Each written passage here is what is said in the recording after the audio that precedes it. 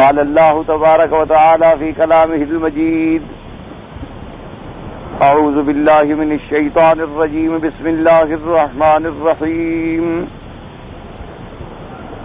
هل أتاك حديث موسى إذ ناداه ربه بالواد المقدس طوى اذهب إلى فرعون إنه طغى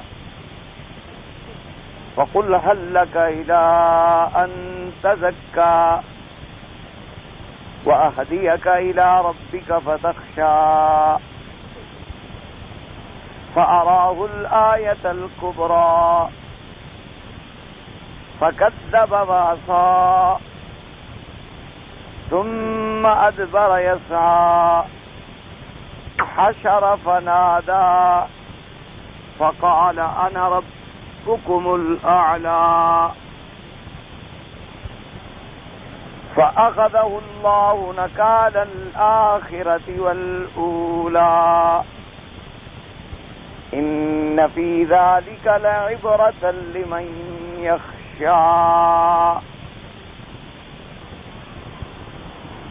اللہ تبارک و تعالی نے کلام مقدس کے ان آیات مبارکہ میں جو سورۃ النازعات کی آیات ہیں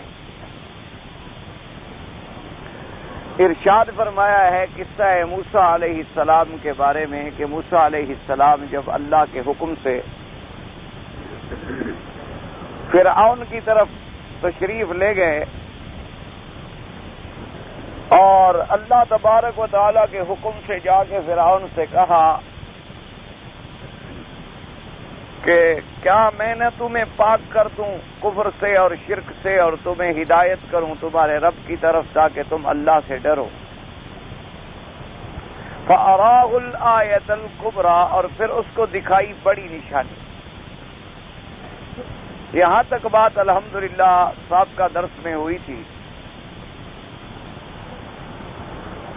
جیسا کہ الحمدللہ متعدد صورتوں میں اور مختلف مقامات میں آپ نے پڑھا ہے قرآن مقدس جو ہے یہ اللہ کی کتاب ہے اور کتاب موعظت ہے اور کتاب عبرت ہے اور کتاب ہدایت.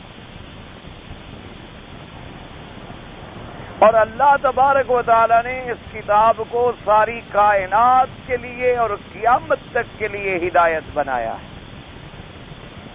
پہلی کتابیں بھی اللہ کی کتابیں تھیں جو انبیاء علیہم السلام کو عطا ہوئی ہیں لیکن ان میں دو فرق تھے. ایک فرق تو یہ تھا کہ وہ کتاب اللہ تو تھی لیکن کلام اللہ نہیں تھی. یعنی وہ اللہ کی کتابیں تو تھیں اللہ تبارک و تعالیٰ نے ہی انہیں اپنے پیغمبروں کو عطا فرمایا.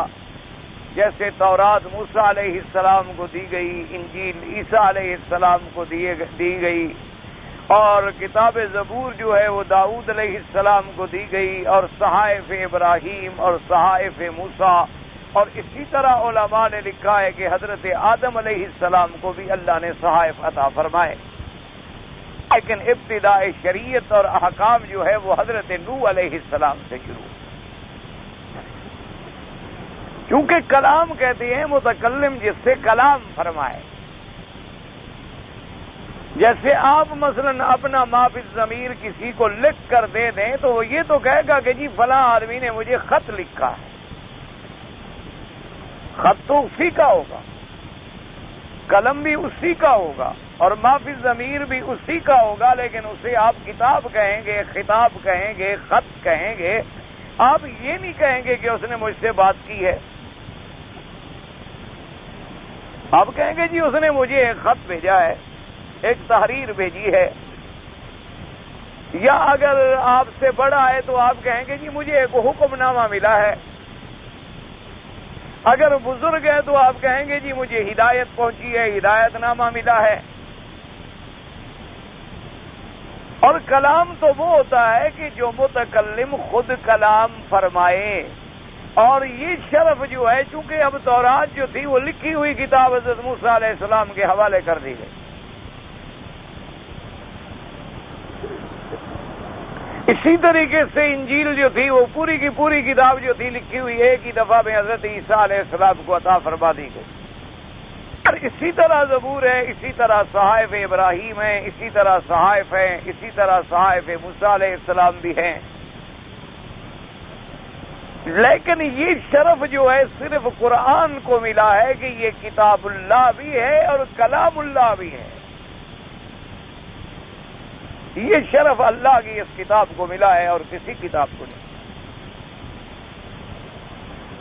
کہ یہ اللہ کا کلام ہے. اللہ تبارک و تعالی نے اس کو اپنا کلام فرمایا ہے. اللہ تبارک و تعالی نے اسے لوح محفوظ میں بھی رکھا، اس کے بعد اسے آسمان دنیا میں بھی اتارا اور محفوظ رکھا، اور پھر اللہ تبارک و تعالی نے ہی اسے جبریل علیہ السلام کو پڑھایا اور لکھایا اور اتارا حضور صلی اللہ علیہ وسلم کی خدمت. تو اب جبریل علیہ السلام صرف لکھی ہوئی کتاب یا کاغذ دے کر نہیں چلے جاتے تھے حضور پاک کو، بلکہ جبریل علیہ السلام آ کر اللہ کا قرآن، اللہ کا کلام حضور کے سامنے تلاوت فرماتے. اور جبریل علیہ السلام کا جو پڑھنا ہے وہ اللہ کے حکم سے تھا. جبریل اپنی طرف سے تو نہ تلاوت کر سکتے ہیں، نہ اپنی طرف سے پڑھ سکتے ہیں، نہ اپنی طرف سے کمی کر سکتے ہیں. تو گویا اللہ تبارک و تعالیٰ نے وہ کلام جو ہے حضور پاک صلی اللہ علیہ وسلم پہ پڑھا. تو ایک تو اس کتاب کو ہمیشہ یاد رکھیں کہ یہ شرف ملا ہے، اسی لیے یہ شرف کسی کتاب کو نہیں ملا، یہ عظمت جو ہے وہ کسی کتاب کو نہیں ملی. دوسری بات یہ یاد رکھیں کہ پہلی کتابیں تو اللہ کی تھی، لیکن ان کتابوں کے احکام کے لیے ایک زمانہ معین تھا کہ اس کتاب کا حکم جو ہے فلاں زمانے تک چلے گا، اس کے بعد دوسری کتاب آ گئی. اور پھر جب اس کتاب کا وقت معین جو اللہ کے علم میں معلوم تھا، اللہ کے علم میں محدود معین تھا، اس وقت پر تیسری کتاب آ گئی. تو لہذا پہلی کتابوں پہ احکام جو تھے، اعمال جو تھے وہ ختم ہو گئے اور حکم جاری ہو گیا. لیکن یہ شرف بھی اسی اللہ کے کلام اور اللہ کی کتاب کو ملا ہے کہ اس کے بعد نہ کوئی کتاب ہے، نہ کوئی شریعت ہے، نہ نبوت ہے، نہ رسالت ہے. قیامت تک کے لیے یہی مجموعہ ہے ہدایت. اسی لیے اللہ نے اس کے ساتھ وعدہ بھی فرما دیا کہ ہم اسے قیامت تک محفوظ رکھیں. کہ آج دنیا نے اور علوم دنیا نے بڑی ترقی کر لی. لوگ فضاؤں کو تسخیر کرنے کے لیے شروع ہو گئے. لوگوں نے زمین کو کنگال ڈالا اور اس کے ارد گرد ان کے بقول انہوں نے چکر لگا لیے. سیارات پہ پہنچنے کی کوششیں ہو گئیں. لوگوں نے آج سے ہزاروں سال پہلے کی جو آوازیں اس خلا میں ہیں ان کو نکال کے جمع کرنا شروع کر دیا. لوگوں نے ایسے ایسے آلات ایجاد کر لیے کہ اب لاکھوں میلوں کے فاصلے سمٹ گئے. ایک سیکنڈ میں آپ کسی ملک سے رابطہ کر کے بات کر رہے ہیں. لہروں کے ذریعے لوگوں نے تصویر انسانی کو منتقل کر دیا. ہواؤں کے ذریعے آواز کو منتقل کر دیا. لیکن اتنی ترقی کے باوجود قرآن کے مقابلے پر کوئی ایک آیت نہیں لا سکا. ورنہ یہ تو نہیں کہ کفر خاموش بیٹھا ہوا ہے یا انہوں نے زور نہیں لگایا ہوگا. کفر کی طاقتیں جہاں ہر محاذ پر اسلام سے لڑ رہی ہیں، کفر کی قوتیں ہر جگہ اسلام کے خلاف نبردآزما ہیں. چاہے وہ حرب کے میدان ہوں، چاہے وہ فکر کے میدان ہوں، چاہے وہ علم کے میدان ہوں، ہر مقام پہ ان کا مقابلہ اسلام سے ہے. ہر مقام پر انہیں اپنا سب سے بڑا دشمن جو ہے وہ اسلام نظر آتا ہے. دنیا میں جو بڑے مذاہب ہیں، یعنی یہودیت ہے یا نصرانیت ہے، ان کا تقابل اگر ہے تو اسلام سے ہے. اسی طریقے سے دنیا کے اندر یعنی جتنے دہری ہیں، منکرین خدا ہیں، ہندو ہیں، بدھ مت ہیں، یدھ مت ہیں، ان کا تقابل بھی اسلام سے ہے. اور تو کوئی مذہب ہے نہیں ان کے سامنے ٹکنے والا. تو آپ کا کیا خیال ہے کہ وہ خاموش بیٹھے ہوں گے؟ ان کے علماء، ان کے ادباء، ان کے مورخین، ان کے مفکرین، ان کے بڑے بڑے پائے کے شعراء، ان کے بڑے بڑے ادبا وہ خاموش بیٹھے ہوں گے کہ اللہ کے قرآن کا مقابلہ نہ کریں. لیکن آج تک 1400 صدیاں، 1400 سال، 14 صدیاں بیت گئیں، 15ویں صدی شروع ہو گئی، لیکن کسی کو یہ جرت نہیں ہوئی کہ ایک آیت بنا کے لے آئے. بڑے لوگوں نے کوششیں کی، بڑے لوگوں نے آیات کو بگاڑا، اللہ کے قرآن میں تحریف کی، لفظی بھی اور معنوی بھی، لیکن نتیجہ کیا نکلا کہ جو خود بنایا اسی کو اپنے لوگوں نے بھی ٹھکرا دیا کہ یہ تم کیا کر رہے ہو، یہ کوئی بات ہے. تو یہ شرف بھی اسی قرآن پاک کو ملا ہے کہ یہ قیامت تک کے لیے زندہ و پائندہ ہے، اور قیامت تک کے لیے دلیل انسانیت ہے، قیامت تک کے لیے رہبر انسانیت ہے، قیامت تک کے لیے ہدایت انسانیت ہے، قیامت تک کے لیے موعظہ انسانیت ہے. اللہ کا قرآن کسی مخصوص قوم کے لیے نہیں اترا، وہ تو پورے عالم کو دعوت دیتا ہے کہ یا ایھا الناس اعبدوا ربکم الذی خلقکم، یا ایھا الناس اتقوا ربکم الذی خلقکم، یا ایھا الناس انا خلقناکم من ذکر و انثی. جہاں بھی آپ دیکھیں گے اس کی دعوت جو ہے دعوت عمومی ہے، عالم انسانیت کے لیے دعوت. اس لیے ہمیشہ یاد رکھا کریں کہ قرآن چونکہ ہدایت جامعہ ہے، ہدایت کاملہ ہے، تو اس لیے مختلف مقام پر اللہ تبارک و تعالی اس واقعے کا صرف اتنی حصہ ذکر فرما دیتی ہیں جتنی کی ضرورت ہوتی، باقی تفاصیل کو ذکر نہیں فرماتے. جیسے کوئی بہت بڑا حکیم، بہت بڑا حکمت والا آدمی اتنی بات کرے گا جو اس مجلس میں ضرورت ہو، اور یہ تو اللہ کا کلام ہے، کوئی بندے کا کلام ہی نہیں. اس لیے کہ وہ یہاں دیکھیں گے کہ بھی علماء کی مجلس ہے تو وہاں خطاب بھی علمی ہوگا، یہاں دیکھیں گے طلباء کی مجلس ہے تو وہاں خطاب بھی طلباء کے مطابق ہوگا، جہاں دیکھیں گے کہ عامت الناس لوگوں کی مجلس ہے تو وہاں خطاب بھی عمومی ہوگا، اور جہاں دیکھیں گے کہ بھی کچھ قانون دان لوگ آئے ہوئے ہیں تو پھر وہاں خطاب بھی قانونی مشگافیوں سے پر ہوگا، تاکہ ہر آدمی کو اس کے عقل کے مطابق دعوت دی جائے. اس لیے قرآن نے جب پوری انسانیت کو مخاطب کرنا ہوتا ہے تو وہ اتنی ٹکڑا بیان فرماتا ہے جتنی کی ضرورت ہوتی. اور جب عالم اللہ تبارک و تعالی جن کو علم عطا فرما دے اپنی رحمتوں کے ساتھ، اپنے فضل و منت کے ساتھ دولت علم عطا فرما دیں تو ان کا کام کیا ہوتا ہے کہ موسیٰ علیہ السلام کے پورا واقعہ قرآن میں جہاں جہاں ذکر ہے وہ ساری آیات کو جمع کر دیتے ہیں، اور جو تفاصیل انہیں ان ساری آیات میں مل گئیں ان کو مرتب کر کے پھر حضرت موسیٰ علیہ السلام کا ایک قصہ مبارک بیان فرما دیتی ہیں، جیسے علماء نے قصص الانبیاء پر کتابیں لکھی ہیں.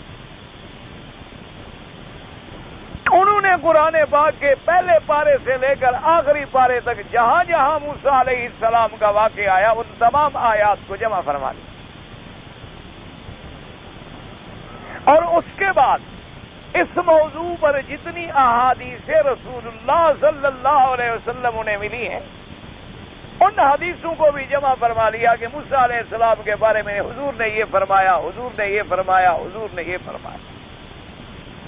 یہ تو اہل علم کا کام ہوتا ہے، اور جنہیں تاریخ کا چسکا لگا ہوتا ہے، جو اپنے ذہن میں مؤرخانہ تفکرات رکھتے ہیں، وہ پھر ان بحثوں کو بھی ساتھ شامل کر دیتی ہیں کہ موسیٰ علیہ السلام کس علاقے میں پیدا ہوئے، کس ملک میں پیدا ہوئے، اور کس پیغمبر کے بعد پیدا ہوئے اور کس پیغمبر سے پہلے پیدا ہوئے، اور آپ کے دور میں کتنی نبی تھے، اور کس قوم کے پاس آپ بھیجے گئے. بھی بنو اسرائیل تھے اور فرعون کو دعوت دی تو فرعون کی قوم قبط تھی، تو وہ پھر قبطیوں سے بھی اور بنو اسرائیل سے بھی بحث کرتے ہیں کہ بنو اسرائیل کون ہے اور قبطی کون ہے، اور پھر ان حدود اور مواقع کی بھی نشاندہی کرتے ہیں کہ موسیٰ علیہ السلام مصر میں تشریف لے گئے، پھر مصر سے نکلے تو کہاں تشریف لے گئے، وہ دریا کون سا تھا جسے موسیٰ علیہ السلام عبور کر گئے، وہ جنگل کون سا تھا جس میں 40 سال تک موسیٰ علیہ السلام کی قوم بھٹکتی رہی، اور اس کے بعد پھر موسیٰ علیہ السلام کی قوم کیسے بیت المقدس میں داخل؟ یہ تاریخی لوگوں کا کام۔ ان چیزوں پر مدار قرآن نہیں ہوتا۔ اسی لیے ورنہ علماء نے مستقل کتابیں ارض القرآن کے نام پر لکھی ہے۔ ایک کتاب ہے ارض القرآن، کہ قرآن نے جن جن زمینوں کا نام لیا ہے، جن جن مقامات کا نام لیا ہے، اس پر انہوں نے تحقیق کی ہے۔ وہ ایک علیحدہ تحقیقات، کیونکہ قرآن سمجھنے کے لیے ہمیں یہ ضروری نہیں ہوتا کہ ہم اس زمین کو بھی سمجھیں کہ وہ زمین کون سی تھی۔ قرآن نے ایک واقعہ بیان کر دیا، قوم عاد کے ساتھ یہ ہوا، قوم سمود کے ساتھ یہ ہوا، قوم لوط کے ساتھ یہ ہوا، قوم شعیب کے ساتھ یہ ہوا، قوم فرعون کے ساتھ یہ ہوا۔ بات ختم ہو گئی۔ ہمیں ہدایت پکڑنی ہے، ہمیں نصیحت پکڑنی ہے کہ اگر ہم نے ان قوموں کی طرح کیا تو ہمارا انجام بھی وہی ہوگا۔ اور اس وقت کون بچ گئے؟ جو پیغمبروں کے ماننے والے اور اتباع کرنے والے تھے۔ اگر آج ہم بھی اتباع کریں گے تو ہم بچ جائیں۔ مقصود تو اتنی ہوتا۔ اس لیے اب قرآن پاک نے یہاں ذرا اختصار فرما دیا، فرمایا اذهب الى فرعون انه طغى۔ یہاں صرف موسیٰ علیہ السلام کو حکم ہے، حالانکہ حکم ہارون کو بھی ساتھ ہے، کیونکہ ہارون علیہ السلام تو حضرت موسیٰ علیہ السلام کے ساتھ ہیں۔ اس لیے قرآن دوسری جگہ کہتا ہے اذهبا الى فرعون انه طغى۔ تو مطلب یہ ہوا، اب ان باتوں کو علماء سمجھتے ہیں۔ اللہ تبارک و تعالی، ورنہ یہ ہے کہ دشمن اسلام تو اسی ایک لفظ کو پکڑ کر گردن پکڑ لے کہ ایک جگہ خدا کہتا ہے موسیٰ علیہ السلام کو تم جاؤ، ایک دفعہ فرماتے ہیں تم دونوں جاؤ، وہ بات صحیح ہے، یہ بات صحیح ہے؟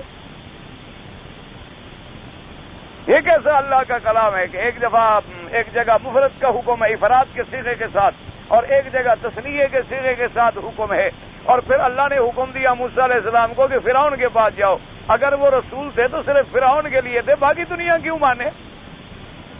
پھر مستشرقین اور مخالفین اسلام اور اعداء اسلام اسی طرح تو وہ نعوذ باللہ جدید پود کو پریشان کرتے ہیں، اس لیے کہ پورے قرآن میں نظر ہی نہیں ہوتی۔ حالانکہ یاد رکھیں، قاعدہ یہ ہوتا ہے کہ جب بڑے کو حکم مل جائے تو چھوٹے کو تو خود بخود حکم ہو جاتا۔ مثال کے طور پر یوں سمجھیں کہ کوئی آدمی آ جائے، اگر آپ کا استاد کھڑا ہو گیا تو طالب تو بیچارے خود بخود کھڑے ہو جاتے ہیں۔ حالانکہ طلبہ کو کوئی کہتا نہیں ہے کہ تم بھی کھڑے ہو جاؤ، وہ کہتے ہیں بھی اگر ان کے احترام کے لیے، اس کی تعظیم کے لیے، اس شخص کے لیے ہمارا استاد بھی کھڑا ہو رہا ہے تو کہ آخر ہمارے استاد سے بھی تو بڑا ہوگا نا، علم میں، فضل میں، عزت میں، تقوی میں۔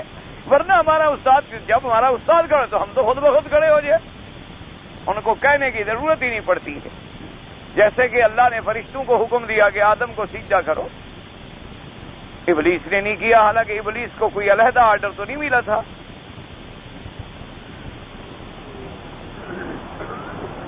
اللہ نے تو حکم دیا تھا اذ قلنا للملائکۃ اسجدوا لآدم فسجدوا الا ابلیس، اور آگے وضاحت بھی ہو گئی کہ ابلیس جن ہے، ابلیس فرشتوں میں سے نہیں ہے۔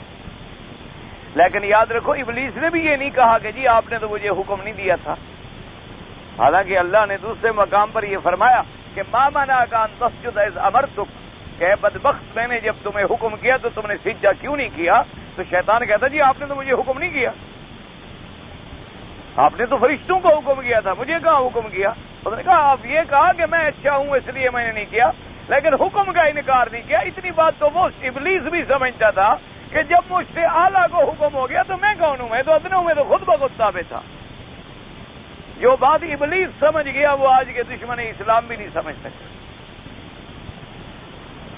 اس لیے قاعدہ یہ ہوتا ہے کہ جب موسیٰ علیہ السلام رسول ہیں، پیغمبر ہیں، حضرت ہارون تو تابع ہیں موسیٰ علیہ السلام کے، وہ تو تورات پر عمل کرنے والے ہیں، وہ تو موسیٰ علیہ السلام کی عدم موجودگی میں خلیفہ ہیں ان کی قوم میں، اور اس لیے ان کو تو خود بخود حکم ہو گیا، اس لیے ان کا ذکر کہیں فرما دیا اور کہیں ذکر نہیں فرمایا، تو قرآن میں یہ تعارض نہیں ہوتا۔ اور دوسری بات یہ سمجھیں کہ کیا فرعون خدا کو جانتا بھی تھا؟ یعنی ایک ہوتا ہے جاننا اور ایک ہوتا ہے ماننا۔ ہمیشہ یاد رکھیں، اصولی بات یہ ہے کہ ایک چیز کو جانا بھی جائے اور مانا بھی جائے۔ ایک آدمی ہے مثلا جانتا ہے لیکن مانتا نہیں،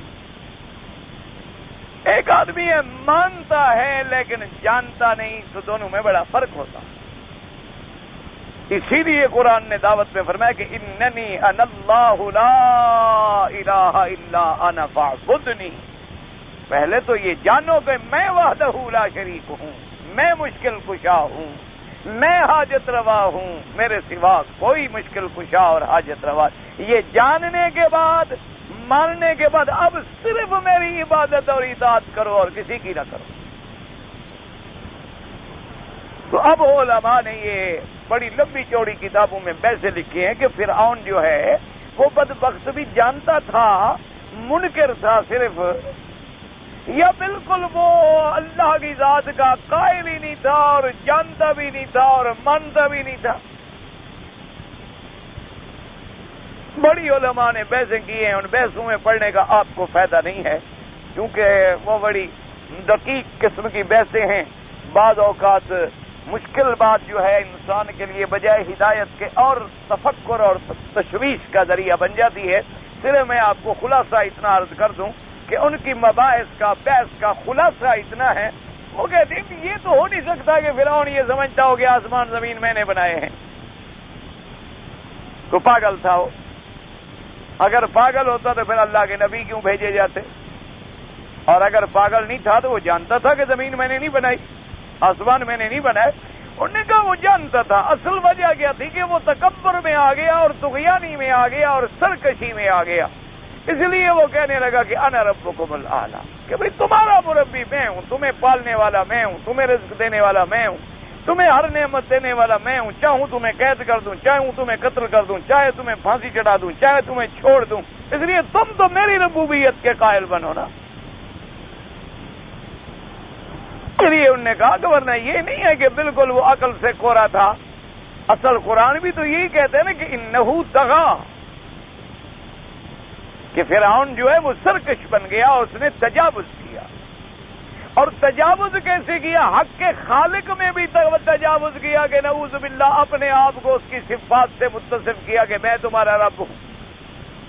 اور تجاوز حق کے خلق میں بھی کیا کہ مخلوق پر رحم کرنا چاہیے تھا، اس نے مخلوق پہ ظلم کیا. مخلوق کی حفاظت کرنی چاہیے تھی، اس نے بنو اسرائیل کے بچوں کو قتل کر ڈالا. مقصود مخلوق کی عزت و عصمت کی حفاظت کرنی چاہیے تھی، اس نے بنی اسرائیل کی عورتوں کو غلام بنا لیا. اس لیے اس کی تجاوز جو ہے اللہ کے حق میں بھی تجاوز ہے اور بندوں کے حق میں بھی تجاوز ہے. انہو طغا، طغا فی حق الخالق و فی حق الخلق، دونوں طرف اس کا تجاوز. ادھر یہ تجاوز ہے کہتے ہیں انا ربکم الاعلی، اور ادھر یہ تجاوز ہے کہ یذبحون ابناءہم ویستحیون نساءہم، کہ ان کے بچوں کو قتل کر دیتا ہے اور عورتوں کو زندہ چھوڑ دیتا. اور اسی طرح سے اللہ تبارک و تعالیٰ نے فرمایا وَأَهْدِيَكَ إِلَىٰ رَبِّكَ فَتَخْشَىٰ. اب بات ہے فَأَرَاهُ الْآيَةَ الْكُبْرىٰ. اللہ نے فرمایا پھر دکھلایا موسیٰ علیہ السلام نے اس کو بڑی نشانی.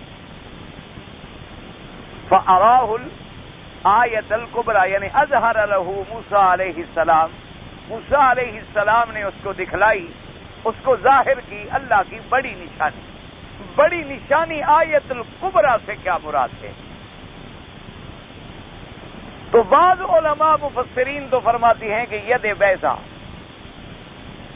ید بیضا جو ہے نا، اللہ نے حکم دیا تھا نا موسیٰ علیہ السلام کو ادخل یدک فی جیبک تخرج بیضاء من غیر سوء. اللہ نے حکم دیا کہ موسیٰ علیہ السلام اپنے ہاتھ کو ذرا ڈالو نا بغل میں. ڈال دیا. اللہ نے فرمایا آپ نکالو. نکالا تو سورج کی طرح روشن. اور من غیر سوء، کوئی بیماری نہیں کہ رنگ بدل گیا ہو، کوئی تکلیف نہیں.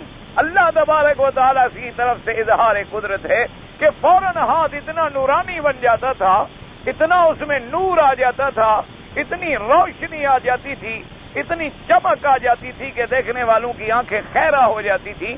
کیونکہ مقصد انبیاء کا کیا ہے؟ انبیاء کی دعوت بھی تو ظلمات شرک سے نور ایمان کی طرف نکالنا ہوتا ہے. انبیاء علیہم السلام کی دعوت کیا ہے؟ کہ وہ اللہ کے بندوں کو غیروں کی بندگی سے چھڑا کر اللہ کی بندگی سکھلائیں، ظلمات شرک اور کفر کے اندھیروں سے انہیں نکال کر نور ایمان کی روشنی اور اجالے میں انہیں لے آئیں۔ ان کا کام یہی ہوتا۔ اس لیے اللہ تبارک و تعالی نے موسیٰ علیہ السلام کو ید بیضا کی نشانی جو ہے وہ عطا فرمائی۔ آپ دیکھ لیں، میں بعد میں پڑھتا ہوں، آپ ذرا اچھی طرح دیکھ لیں، کھڑے ہو کے دیکھ لیں، نہیں اس طرف کھڑے ہو کے اچھی طرح دیکھ لیں تاکہ آپ کو دو کام نہ کرنے پڑے، نا ایک ادھر دیکھنا پڑے ایک سبق سن۔ آپ ذرا دیکھ لیں، میں پانی پی لوں، دونوں کا کام ہو جائے۔ دیکھ لیا کیا نظر آیا؟ مجھے بھی تو سمجھائیں۔ ابھی دیکھ لیا ہو تو پھر میں عرض کروں، ورنہ ابھی دیر ہو تو میں اور ذرا سانس لے لوں۔ میں تو آپ کو پریشان نہیں کرتا نا، آپ چاہے مجھے پریشان کریں، میں آپ کو موقع دیتا ہوں نا کہ آپ اچھی طرح دیکھ لیں۔ ایک آدمی تھا، انسان تھا، وردی پہنے ہوئے تھا، وہ بھاگ رہا تھا، وہ دوڑ رہا تھا، وہ کیوں دوڑ رہا تھا؟ قرآن چھوڑو اور اس کے پیچھے دوڑ بس۔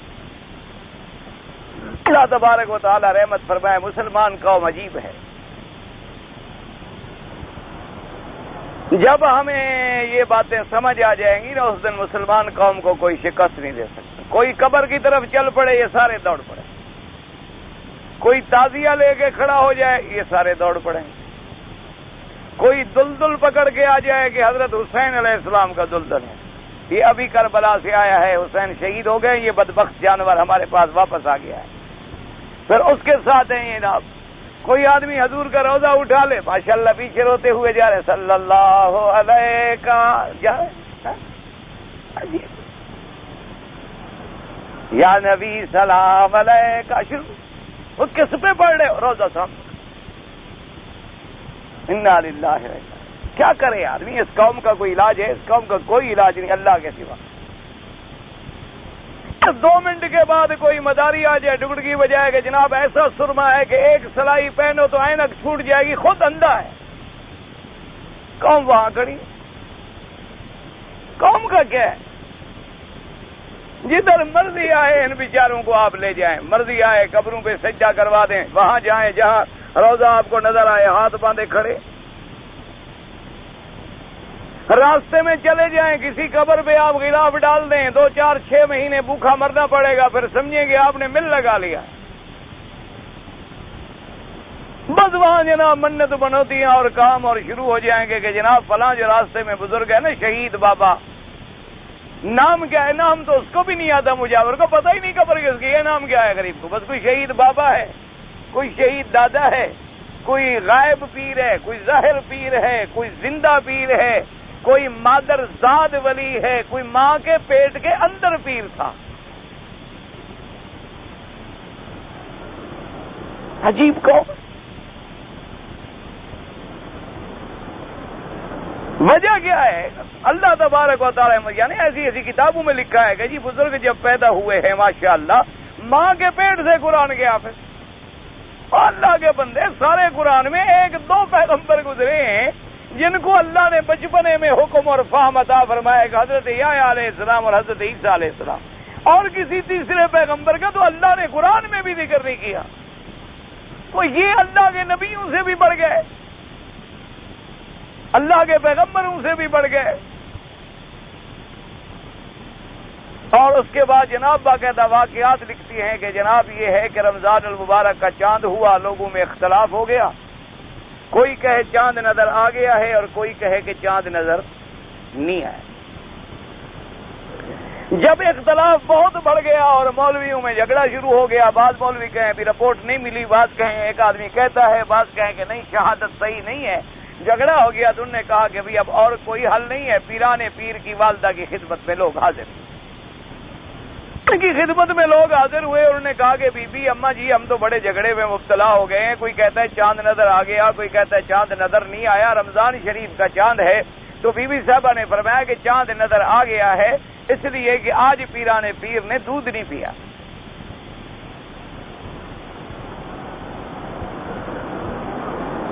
اور جناب اس کے بعد سبحان اللہ اور قوم بیٹھی ہے اور یا پیر یا دستگیر کے نعرے شروع۔ پہلے تو آپ یہ بتائیں کہ چاند کا فیصلہ دن میں ہو رہا تھا یا رات میں؟ چاند دیکھنے کا جھگڑا رات کو مغرب سے عشاء تک آدھی رات تک رات کو شروع ہوگا نا، کہ کل ہمارا روزہ خراب نہ ہو کہ دوسرے دن جھگڑا کرتے ہو۔ اگر رات میں ہوا تھا تو پیرانے پیر نے رات کو دودھ چھوڑ دیا، رات کو روزہ ہوتا ہے کہ کسی نے غور ہی نہیں کیا، ضرورت ہی نہیں تھی غور کرنے۔ اور اگر 1 منٹ کے لیے دن میں جھگڑا ہوا اور چھوڑ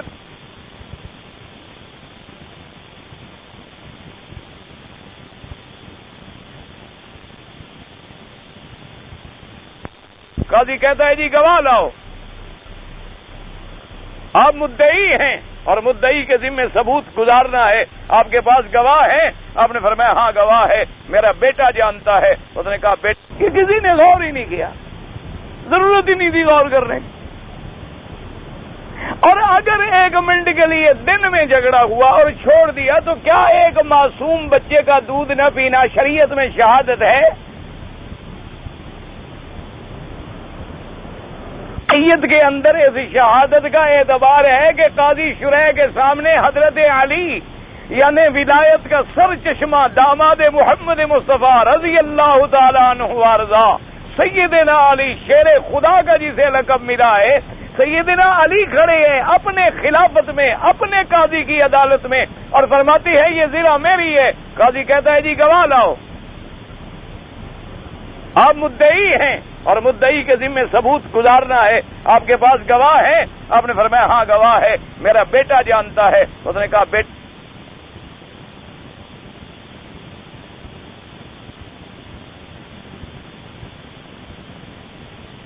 ہو سکتا ہے بات کر دے، بات کو باپ کو کیسے جھٹلائے؟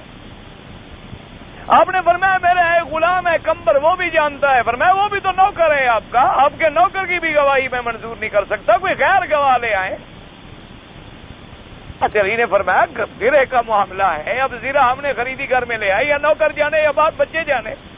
اب زرہ لینے کے بعد میں دنیا کو دکھلانے کے لیے گیا تھا کہ میں نے یہ زرہ خریدی ہے، کہاں سے گواہ لے؟ انہوں نے کہا بہرحال یہ دو گواہ معتبر نہیں ہے، دعویٰ خارج کیا جاتا ہے۔ سیدنا علی رضی اللہ تعالیٰ عنہ نے فرمایا الحمدللہ، فرمایا اللہ تیرا شکر ہے کہ اب بھی اللہ کی سرزمین پر اللہ کے نام سے ڈرنے والے اور عدالت سے فیصلہ کرنے والے موجود ہیں۔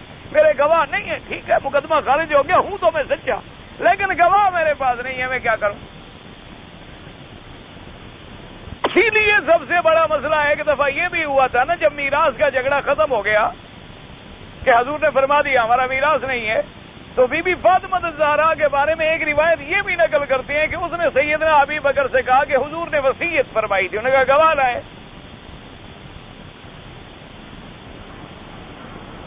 کوئی گواہ ہے آپ کے پاس؟ انہوں نے کہا گواہ تو میرا بیٹا ہے، فرمایا بیٹے کی شہادت تو قبول نہیں کرتا۔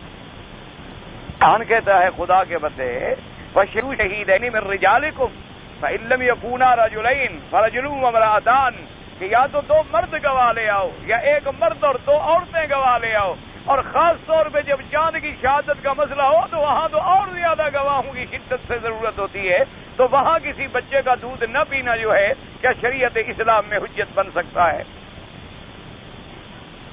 یہ کسی نے نہیں سوچا، بس پیرانے پیر کی کرامت شروع ہو گئی کہ حضرت جناب جب پیدا ہوئے تو روزہ رکھتے تھے، نہ پہلے بچے پر روزہ فرض ہے، دودھ پینے والے بچے کی تو جو ماں ہے اس کو بھی اسلام کہتا ہے تم روزہ نہ رکھو کہیں بچے کو تکلیف نہ ہو جائے، بعد میں قضا کر لینا۔ حاملہ اور مرضعہ کے لیے تو اللہ نے قرآن میں بھی اجازت دی ہے کہ اگر عورت حاملہ ہے، پیٹ میں بچہ ہے، روزہ رکھے، ممکن ہے بچے کو تکلیف پہنچے، یا بچے کو دودھ پلانے والی ہے اور روزہ رکھنے سے خود نہ کھائے گی نہ پیے گی، دودھ نہیں بنے گا، تو بچے کو تکلیف ہوتی ہے، اسلام کہتا ہے روزہ چھوڑ دے، بعد میں قضا کر لے۔ اللہ فرماتے ہیں میرا فرض چھوڑ دے۔ اور اس کے بعد سوچنے کی بات ہے کہ کیا ساری تاریخ میں اسلام میں کبھی حضور نے بھی یہ فیصلہ فرمایا کہ حسن حسین سے پوچھو انہوں نے آج دودھ پیا ہے یا نہیں پیا؟ ایک بات ہے لکھ دی گئی، اور اگر کوئی سمجھائے کہہ دیں گے دیکھو جی وہاں بھی ہے، پیران پیر کو منیندہ کوئی تو جی اللہ دے ولیاں دے دشمن ہیں۔ یہ تو جی ولیوں کو منیندے کوئی نہیں ہے تو منکر نعوذ باللہ، اللہ معاف کرے، اللہ ہمیں بچائے، اور جو ہم پہ تہمت لگاتے ہیں اللہ انہیں ہدایت۔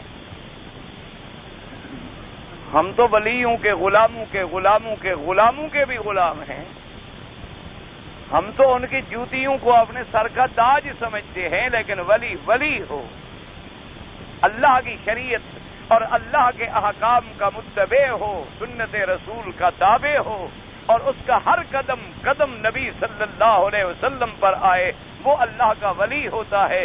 اس کے تو ہمیں پاؤں کی مٹی ملے تو ہم سر پہ رکھ لیں۔ اس لیے ہمیشہ یاد رکھیں، ایسی ایسی باتیں آ جاتی ہیں دنیا میں، اور یہ ہماری قوم ہے ماشاءاللہ، بڑی سیدھی سادی قوم ہے، ان کو جدھر مرضی آئے لگا۔ آپ نے دیکھا ہوگا نا، مسجدوں میں جائیں وہاں ایک عجیب رنگ کی، ہم نے دیکھا اپنے ملک میں، وہ ایک ٹوپیاں رکھی ہوتی ہیں، وہ پتہ نہیں کس چیز کی بنی ہوتی ہے، میں تو آج تک سوچتا رہتا ہوں، بڑی ہلکی سی ہوتی ہیں اور بیت کی بنی ہوتی ہیں، پتہ نہیں کس چیز کی بنی ہوتی ہیں، وہ جناب لائن لگا، یہ کیا ہے کہ جی جس کے پاس ٹوپی نہیں ہوگی سر پہ رکھے، وہ پہلے اس ٹوپی کے پہن کر نماز پڑھنا جائز بھی ہے۔ پہلے کسی نے یہ مسئلہ بھی سیکھا ہے کہ ایسی ٹوپیاں جو ہم رکھتے ہیں نا، جو کوئی اپنا اس کی کھجور کے اس کی بنی ہوئی، اور بعض ہوتی ہیں باریک باریک پتلی سی بیت کی تاریں ہوتی ہیں، ان کی ٹوپیاں بنی ہوئی۔ مسئلہ یہ ہے کہ جو چیز بندہ پہن کر کسی کے سامنے جاتے ہوئے شرماتا ہے، فقہا نے لکھا وہ چیز پہن کر اللہ کے دربار میں بھی نہ آئے۔ کیا معنی؟ مثلا آپ سر ننگا عدالت میں نہیں جاتے، سر ننگا کسی بادشاہ کے سامنے نہیں جاتے، تو اللہ کے دربار میں بھی سر ننگے نہ آئے۔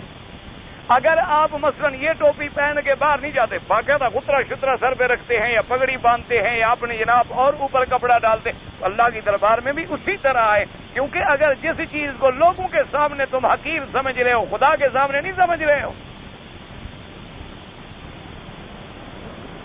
مقصد ہے خذوا زینتکم عند کل مسجد، ہر نماز کے لیے پوری زینت، پورا لباس، پوری تیاری، پوری حیت کاملہ کے ساتھ آؤ۔ ہاں علماء نے لکھا ایک آدمی مثلا یہی ٹوپی پہن کے جاتا رہتا ہے بازار میں، تو وہ پڑھ لے، اس کے لیے کوئی منع نہیں، کیونکہ وہ تو اسی کے سامنے لوگوں کے سامنے بھی جاتا ہے۔ تو وہ ٹوپیاں جو آپ نے رکھی ہیں، کبھی آپ کے یہ جو آتے ہیں مساجد میں بڑے بڑے لوگ اور صاحب حضرات یہ ٹوپی پہن کے جائیں گے بازار میں؟ سوال ہی پیدا نہیں ہوتا۔ وہ اسی لیے رکھی ہے کہ صرف اللہ کے دربار میں جائیں گے، لوگوں کے سامنے جانے کے تو قابل ہی نہیں، فوراً اتار کے وہاں رکھتے، اس لیے وہ کبھی چوری نہیں ہوتی۔ اپنے ان ٹوپیوں کو دیکھا ہے کبھی مسجد سے کوئی لے گیا ہو؟ کیوں؟ کسی کے کام کی نہیں ہے نا، جو بغیر کام کے ہے وہ خدا کے کام آتی ہے۔ اب کوئی اچھی ٹوپی رکھ لیں، یہ حرم سے لے جائیں، یہ 10 ریال والی وہاں مسجد میں رکھیں، اگر دوسری نماز پہ مل جائیں تو جو مرضی آئے مجھے آگے پکڑ لیں۔ یہ یہاں جو 10 ریال میں ملتی ہے نا ٹوپیاں یہ بنی ہوئی، یہ آپ لے جائیں ماشاءاللہ، ایک دفعہ ہمت کر کے کوئی 100 ٹوپی خریدیں اور کسی بڑے شہر کی مسجد میں جا کے اگلی صفوں میں بنا کے رکھ دیں کہ لوگ آئیں گے یہ ٹوپی پہنیں گے، اور دوسری نماز میں جائیں، اگر ایک ٹوپی پڑی ہو جو مرضی ہے مجھے۔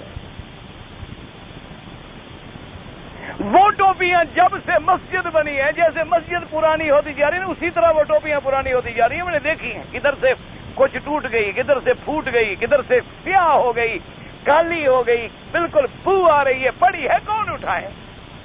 کسی کے کام کی ہو تو اٹھائے، جو کام کی نہیں ہے وہ اللہ کے سامنے رکھ کے کھڑا ہے۔ اللہ کا خوف کریں، کچھ دین کو سمجھیں، دین کو بازیچہ اطفال نہ بنائیں۔ اسلام اسلام ہے، دین دین ہے، اس کے اندر احکامات ہیں۔ اللہ تبارک و تعالی آپ کو بھی اور مجھے بھی اور ہر مسلمان کو توفیق دے، اللہ تبارک و تعالی رحمت فرمائے، اللہ تبارک و تعالی ہماری اور آپ کی اصلاح فرما دے، اللہ تبارک و تعالی تمام مسلمانوں کو صراط مستقیم پہ چلا دے۔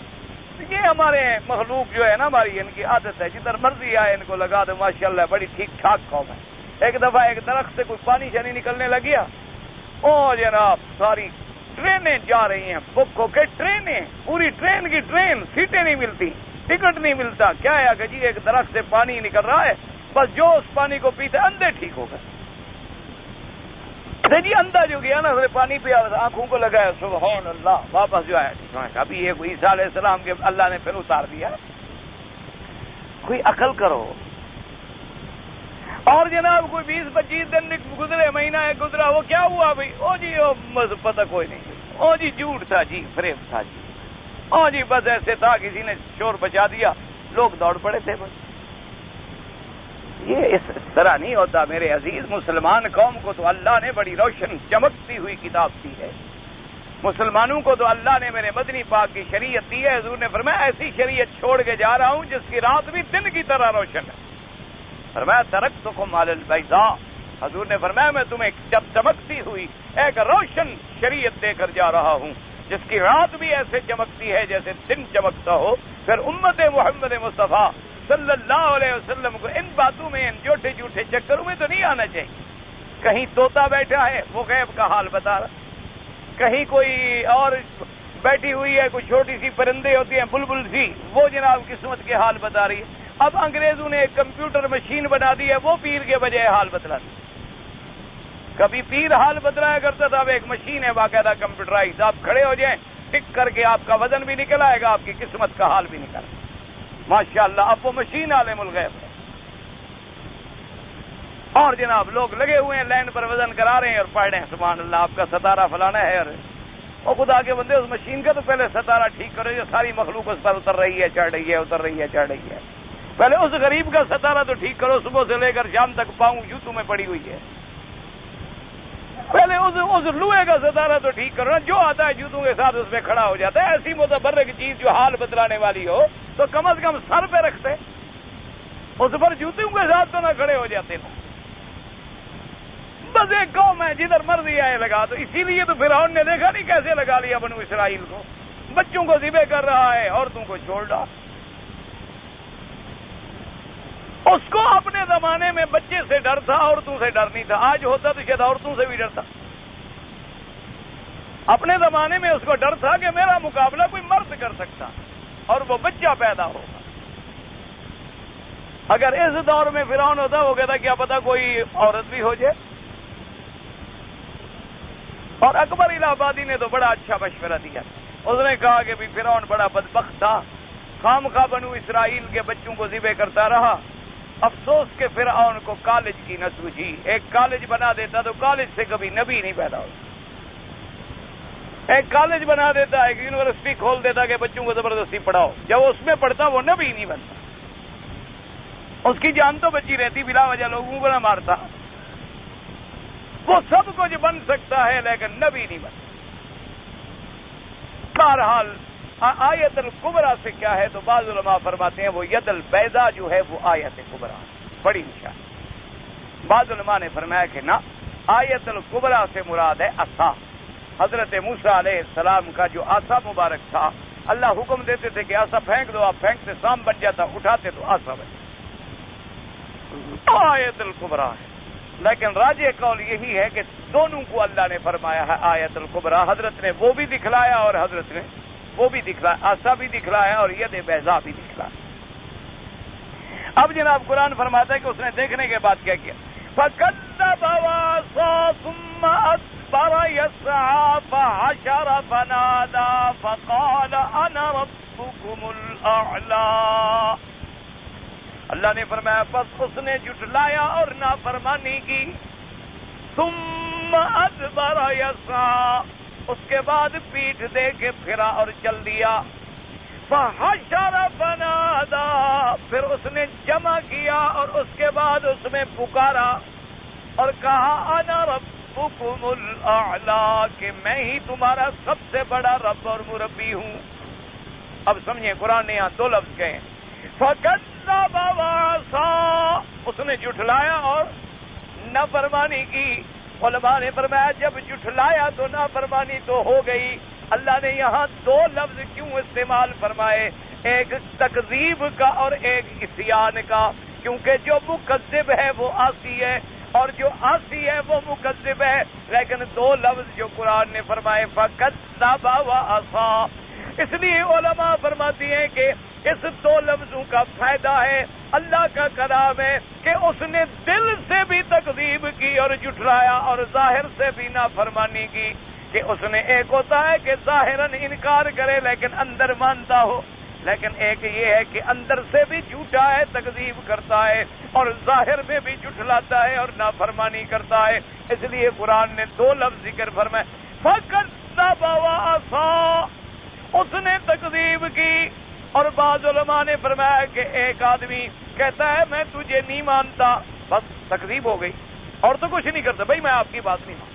لیکن ایک آدمی ہوتا ہے کہ نہیں بھی مانتا، پھر لڑائی بھی کرتا ہے، مقابلہ بھی کرتا ہے، شرارت بھی کرتا ہے۔ تو اس لیے فرعون نے صرف یہ نہیں کہ تکذیب کی ہو، بلکہ موسیٰ علیہ السلام کا مقابلہ کیا، اور موسیٰ علیہ السلام کو جادوگر کہا، موسیٰ علیہ السلام کی نبوت کا انکار بھی کیا اور الزام بھی لگایا کہ تم تو جادوگر۔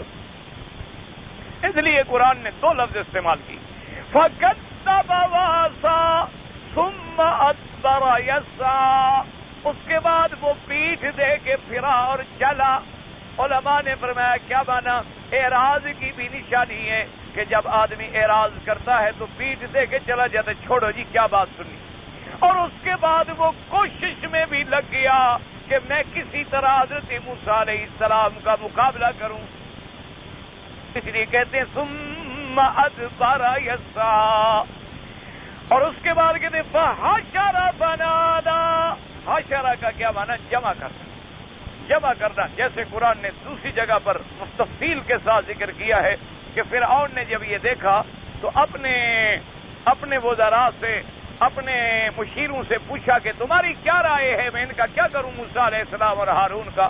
انہوں نے کہا یہ ہے، انہوں نے کہا ان کو مہلت دو، قتل نہ کرو، قتل کرنا ٹھیک نہیں ہے، ان کو مہلت۔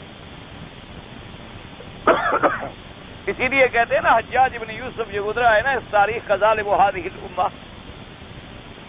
اس کی دربار میں ایک تابعی پیش ہوئے تو ان کے ساتھ بڑا جھگڑا تھا اس کا، تو اس نے اپنے مشیروں سے پوچھا کہ دیکھو یہ میری بات نہیں مانتا اور میری مخالفت کرتا ہے اور نافرمانی کرتا ہے، تم مجھے کیا مشورہ دیتے ہو؟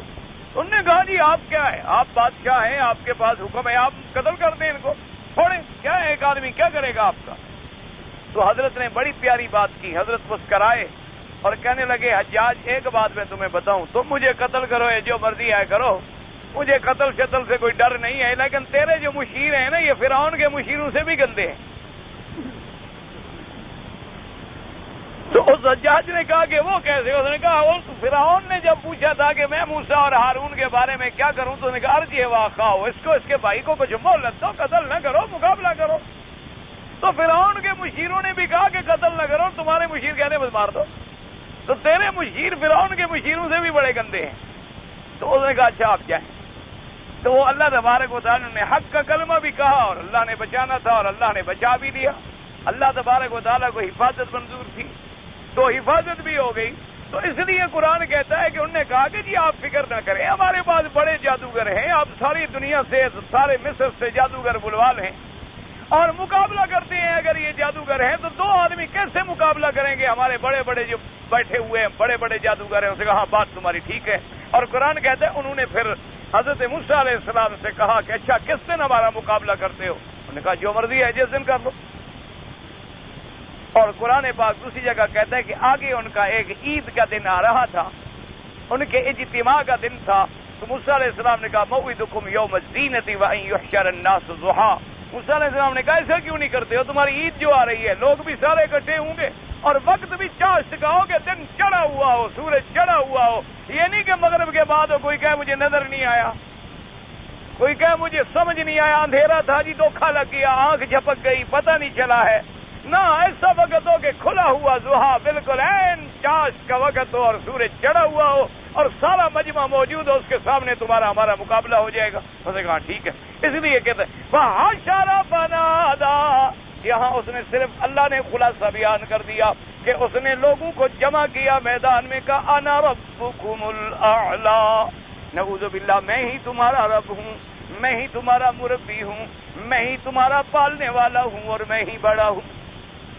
اب قرآن مجید انجام اس کا ذکر فرماتے ہیں، خلاصہ ہے چونکہ ان آیات میں تو خلاصہ ہے نا، فَأَخَذَهُ اللَّهُ نَكَالَ الْآخِرَةِ وَالْأُولَى، اللہ تبارک و تعالیٰ نے پھر اس کو پکڑ لیا، اللہ نے اس سے انتقام لیا اور عذاب دیا، اس کو پہلا بھی اور بعد والا بھی۔ اب علماء نے فرمایا آخرہ اولا، اس سے دو کون سے عذاب مراد ہیں؟ بعض علماء نے فرمایا ایک عذاب اللہ نے دنیا میں دیا کہ غرق کر دیا، اور اس کے بعد پھر عذاب جو ہے وہ آخرت کا اور برزخ کا اور جہنم کا شروع ہو گیا۔ اور بعض علماء نے فرمایا کہ اس نے چونکہ تکذیب کی تھی اور عصیان کیا تھا، جھٹلایا بھی تھا اور نافرمانی بھی کی تھی، اللہ نے جھٹلانے پر بھی عذاب دیا اور نافرمانی پر بھی عذاب دیا۔ اس لیے فرماتے ہیں نکال الآخرۃ والاولی، دونوں عذاب ذکر کیے، لیکن پہلا قول جو ہے وہ زیادہ راجح ہے کہ اللہ تبارک و تعالی نے دنیا میں بھی عذاب دیا کہ غرق کر دیا، اور اغرقوا فادخلوا نارا، اللہ فرماتے ہیں ان کو غرق کر دیا گیا اور پھر جہنم میں، کیونکہ عالم برزخ سے تو عذاب جہنم شروع ہو گیا، اصل عذاب تو آخرت میں ہوگا، لیکن جہنم کی کھڑکیاں کھل جائیں گی اور اس کی تپش اور لہب جو ہے وہ شروع ہو جائے گی قبر سے۔ اس لیے فرماتے ہیں عذاب آخرت بھی، عذاب اولا بھی، دنیا کا عذاب بھی اور آخرت کا عذاب۔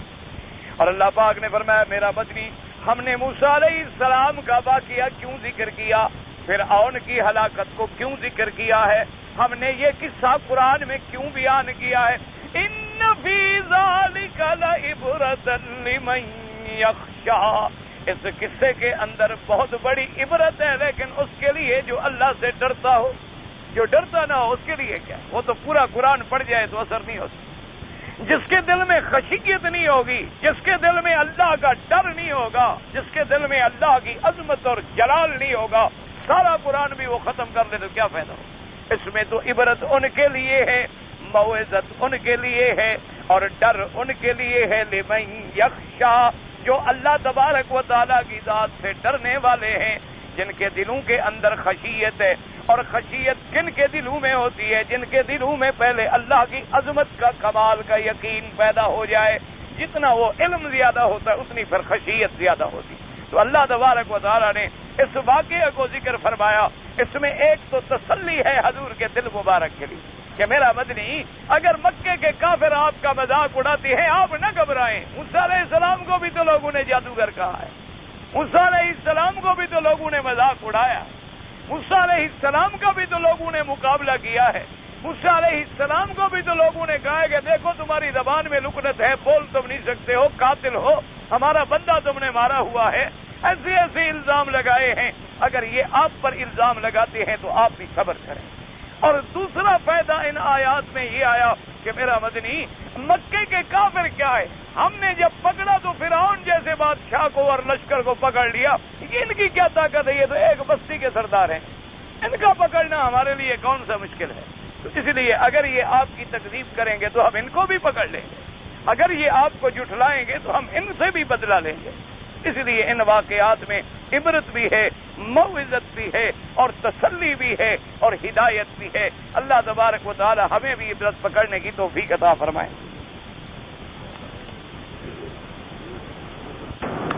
بھائی مجھے تو آپ کا سوال سمجھ نہیں آیا کہ کافروں سے حکومت حاصل کر کے اسلامی قانون اور دعوت اسلام جو ہے وہ نافذ کرنا ثابت ہے، تو حضور نے کس سے حاصل کی تھی؟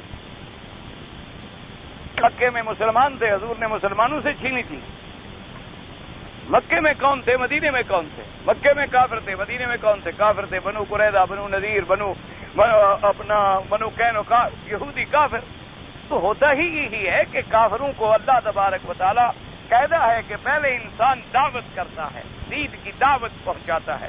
اسلام نے بھی ہر جگہ یہی کیا کہ پہلے وفد بھیجے، حضور پاک نے اپنے خطوط مبارک بھیجے، ان کو دعوت دی کہ اسلم تسلم، اسلام لے آؤ ہمارے بھائی، اگر اسلام نہیں لاتے ہو ہماری قوت کو تسلیم کر لو اور جزیہ ادا کرتے رہو تاکہ ہم تمہاری حفاظت کریں اور تم اقلیت بن کر ہمارے تابع رہو۔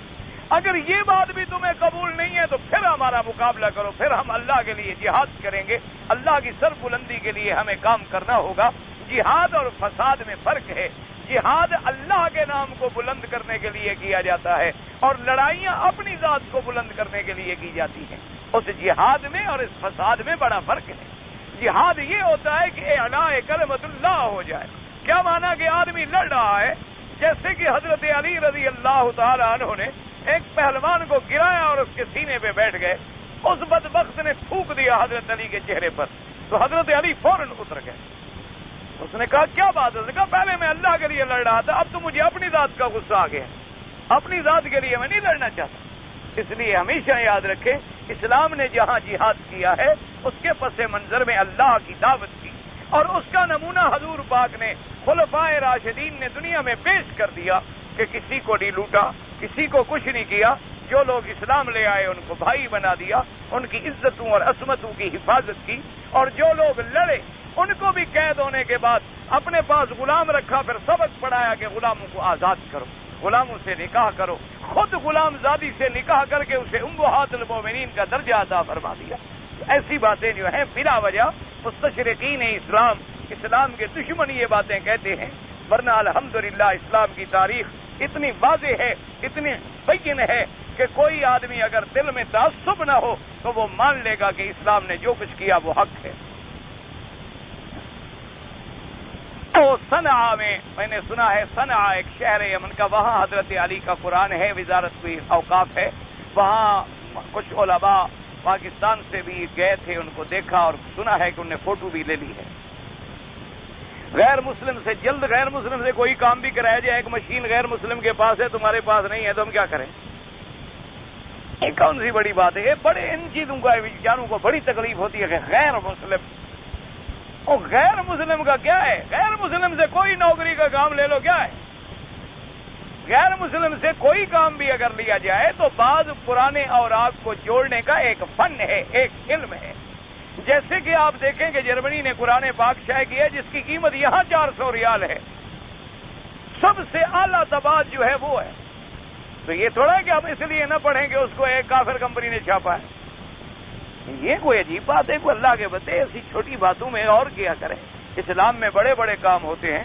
حضور کے زمانے میں کافروں سے کام لیے جاتے تھے، حضور صلی اللہ علیہ وسلم کے زمانے میں مختلف چیزوں کے کام جو ہے کافروں کے، اور کافروں سے معاہدے کیے گئے، کافروں سے کام لیے گئے، یہ تو کوئی منع نہیں ہے اسلام میں، اور اس کا فائدہ ہوتا ہے، اس کا فائدہ ہوتا ہے کہ بعض لوگ جو ہیں اسی وجہ سے اسلام لے آئے جب انہوں نے قرآن دیکھا اور قرآن کی عظمت کو مان گئے۔ سائل منوی کا صحبت کرنا مطلب کیا ہے؟ سائل منوی کا مجھے تو نہیں پتا بھی آپ کا مقصد کیا ہے پوچھنے کا۔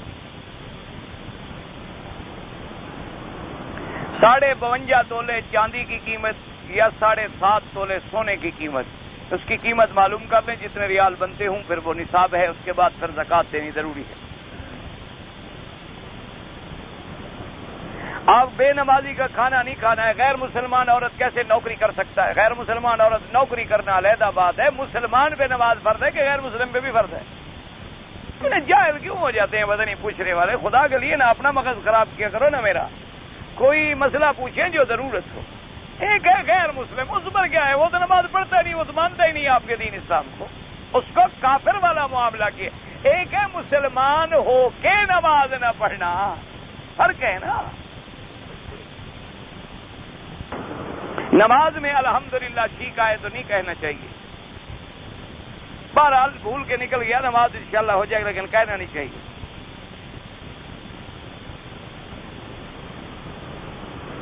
میں شام تک حرم میں عبادت کرتا رہا، دعا مانگنے لگا تو اپنی عورت کے حق میں بد دعا نکلی، اس نے کوئی ستایا ہوگا، بہرحال اب اس کو دعا کر دو، معاف کر دو۔ کسی نبی کے پاس جب دوسرے رسول کی شریعت ہو، وہ بھی نبی ہوتا ہے، ہاں نبی ہوتا ہے۔ ہارون علیہ السلام کے پاس موسیٰ علیہ السلام کی شریعت تھی۔ ایک غیر مسلم عورت نے اسلام قبول کر لیا ہے لیکن اس کا خامند جو ہے وہ کافر ہے، تو اس کا نکاح ختم ہو گیا۔ جب خامند کافر ہو، کفر اور اسلام جو ہے ختم کر دیتا۔ اللہم صلی علی سیدنا محمد وعلی آل سیدنا محمد وبارک وسلم۔ لیکن بہرحال کسی محکمے سے فیصلہ کرانا، ایسے نہ ہو کہ خود مسلمان کر کے نکاح کر لو، ہاں ایسا نہ ہو کوئی چکر چلاؤ کہ مولوی مکی نے کہا تھا نکاح ختم ہو گیا۔ باقاعدہ محکمہ میں جا کر درخواست دے کے ثابت کریں کہ وہ اسلام قبول کیا ہے، اس کا خامند کافر ہے، وہ حکومت آپ کو اجازت نامہ دے گا، پھر نکاح کرنا، صرف مولوی مکی کے کہنے سے نہ کرنا۔ اللہ صلی علی سیدنا محمد وعلی آل سیدنا محمد وبارک وسلم۔ یا اللہ یا رحمان یا رحیم یا حی یا قیوم یا ذی الجلال والاکرام، یا الہ العالمین عالم اسلام پر اپنی رحمت نازل فرما۔ یا اللہ عالم اسلام کی عزت کا فیصلہ فرما، یا اللہ عالم اسلام کی حفاظت کا فیصلہ فرما۔ یا اللہ کفر کی ذلت کا فیصلہ فرما، یا اللہ مجاہدین کشمیر، افغانستان، فلسطین کی قدم قدم پہ مدد فرما، یا اللہ مسلمان جس ملک میں ہیں، جس جگہ میں ہیں، ان کی جان، مال، آبرو، عزت کی حفاظت فرما، یا اللہ بیماروں کو شفا عطا فرما، بے حیاؤں کو حیا عطا فرما، بے دینوں کو دین عطا فرما، بے اولادوں کو اولاد عطا فرما، جن کی اولاد ہے ان کو صالح بنا، ان کو اپنی اطاعت اور والدین کی فرما برداری نصیب فرما، یا الہ العالمین ہمیں مانگنا نہیں آتا، مانگنے کی بھی توفیق عطا فرما، مانگنے کی بھی تعلیم عطا فرما، اور اس کے بعد اپنی رحمت سے ہماری درخواست منظور و مقبول فرما، یا الہ العالمین بغیر مانگے اپنی رحمتیں عطا فرما، یا اللہ سب مسلمانوں کو توحید کا سپاہی بنا، حضور پاک کی محبت، صحابہ اہل بیت اولیاء کرام کی محبت نصیب فرما، یا اللہ بے ادبی اور گستاخی سے محفوظ فرما، یا اللہ حرمین الشریفین کے ثمرات و برکات نصیب فرما، یا اللہ حرمین الشریفین کا ادب نصیب فرما، یا اللہ ہمیں بے ادبی سے محفوظ فرما، ربنا لا تزغ قلوبنا بعد إذ هديتنا وهب لنا من لدنك رحمة إنك أنت الوهاب، ربنا لا تؤاخذنا إن نسينا أو أخطأنا، ربنا ولا تحمل علينا إصرا كما حملته على الذين من قبلنا، ربنا ولا تحملنا ما لا طاقة لنا به، واعف عنا واغفر لنا وارحمنا أنت مولانا فانصرنا على القوم الكافرين، اللهم إنا نعوذ بك من جهد البلاء ودرك الشقاء وسوء القضاء وشماتة الأعداء، اللهم انصرنا بسترك الجميل، اللهم انصر الإسلام والمسلمين، اللهم انصر الإسلام والمسلمين، اللهم احفظ سائر بلاد المسلمين وهذا البلد الأمين واجعلها آمنا مطمئنا سخاء رخاء إلى يوم الدين برحمتك يا أرحم الراحمين، صلى الله تعالى على خير خلقه سيدنا محمد وعلى آله وصحبه أجمعين.